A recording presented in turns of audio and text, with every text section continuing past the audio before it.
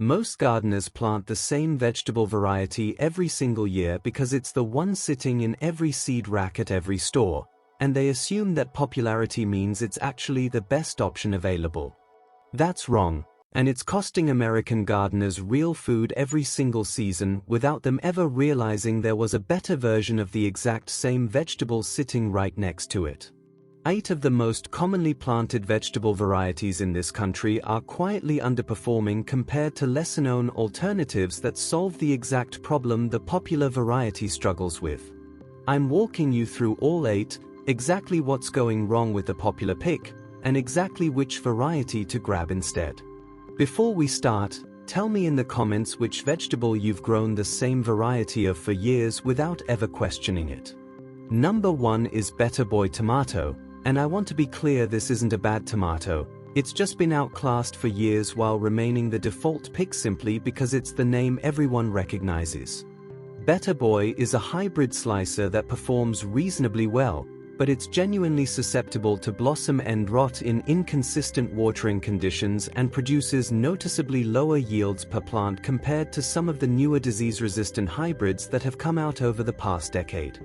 It's suited to zones 3 through 11 as an annual, needs full sun, and consistent watering that most home gardens simply don't deliver perfectly all season.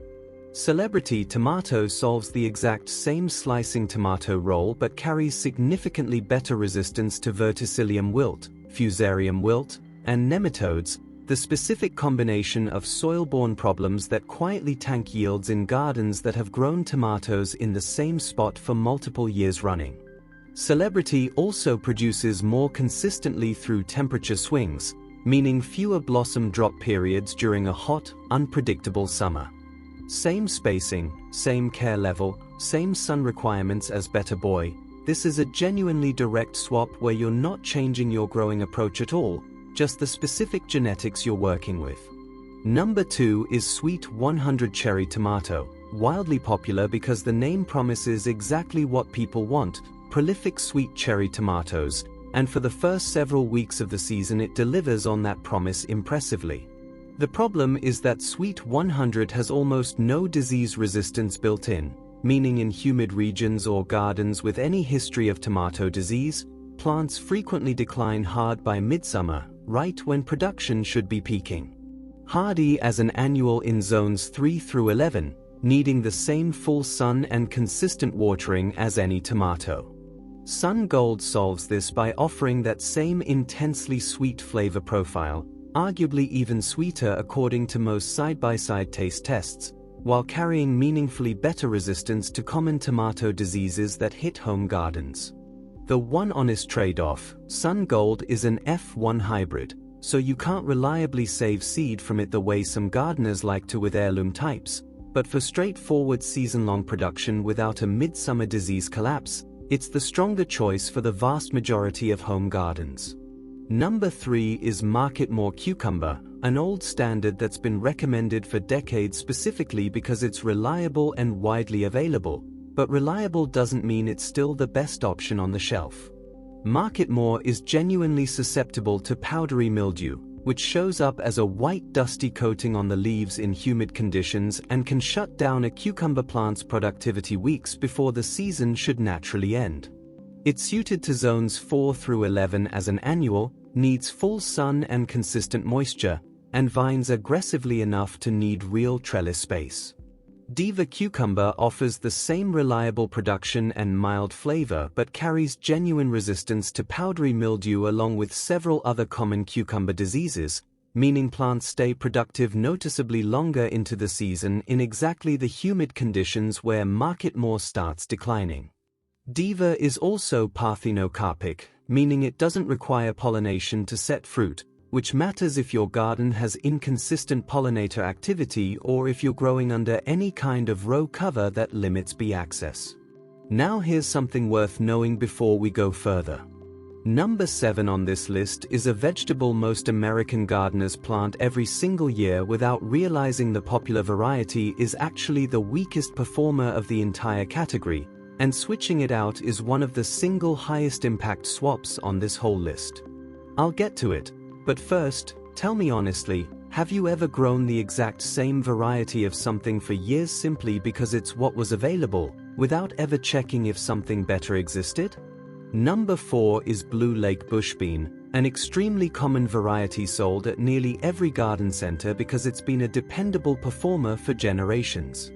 The issue isn't reliability, it's that Blue Lake tends to produce its entire harvest in one concentrated flush, meaning you get a mountain of beans over roughly a 2-week window and then the plant is largely finished, which creates a feast or famine harvest pattern that either overwhelms you with more beans than you can use or leaves you with a gap in production if you miss that narrow window.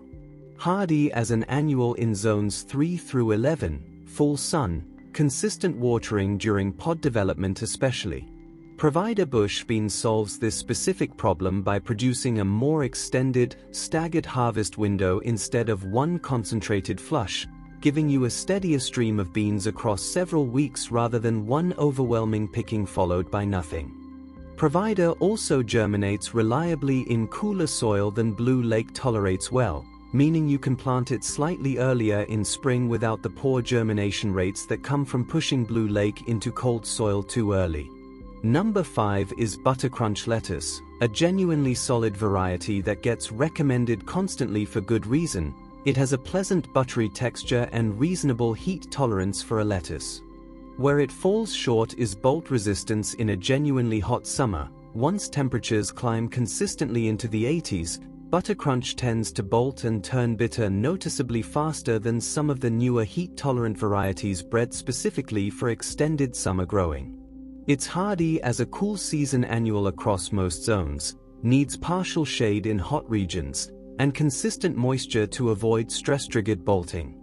Jericho romaine solves the heat tolerance gap directly. It was specifically bred for reliable performance in hot, dry conditions where most lettuce varieties struggle, and it maintains a crisp texture and mild flavor considerably longer into summer heat than Buttercrunch manages.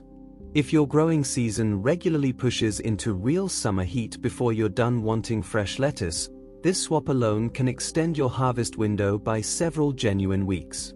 Number 6 is Straight 8 cucumber for pickling purposes specifically, and this is a case where the variety is actually a slicing cucumber being used slightly outside its intended purpose simply because it's what's available and familiar. Straight 8 produces good slicing cucumbers, but when used for pickling, the skin is noticeably tougher and the flesh holds more water than purpose-bred pickling varieties, resulting in pickles with a softer, less crisp final texture regardless of your brining technique. It's hardy as an annual in zones 4 through 11 with the same general cucumber requirements, full sun and consistent moisture. Boston pickling cucumber, bred specifically for this purpose, produces smaller, blockier cucumbers with thinner skin and denser flesh that holds up dramatically better through the pickling process, resulting in a noticeably crisper final product using the exact same brine recipe. If pickling has been a goal and the results have consistently come out softer than you expected, the variety itself, not your technique, is very likely the actual problem. Number 7 is California Wonder Bell Pepper, and this is the variety I mentioned earlier that quietly underperforms the entire category despite being probably the single most planted bell pepper variety in American home gardens.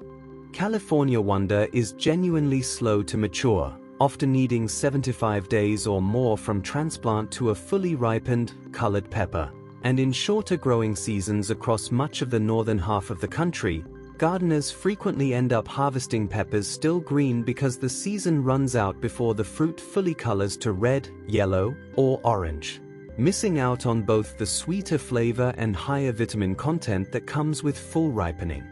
It's hardy as an annual in zones 4 through 11, needs full sun and consistent warmth, and is genuinely more temperature sensitive during fruit set than many gardeners realize.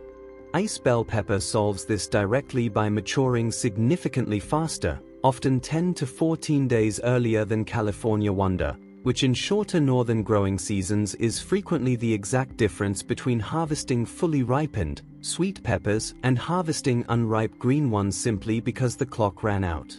Ice also sets fruit more reliably in cooler temperatures, meaning less blossom drop during unpredictable spring or fall temperature swings. If you've been consistently disappointed that your bell peppers never seem to turn that deep red color you see in the seed catalog photos, this is very likely the exact reason why. Number 8 is Early Girl Tomato, marketed heavily around speed, the promise of an early harvest that beats the rest of the season's tomatoes to your table.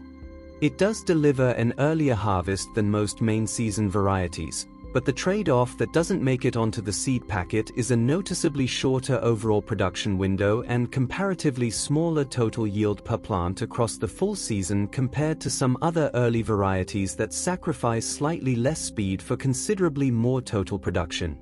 It's hardy as an annual in zones 3 through 11 with standard tomato requirements, full sun and consistent watering.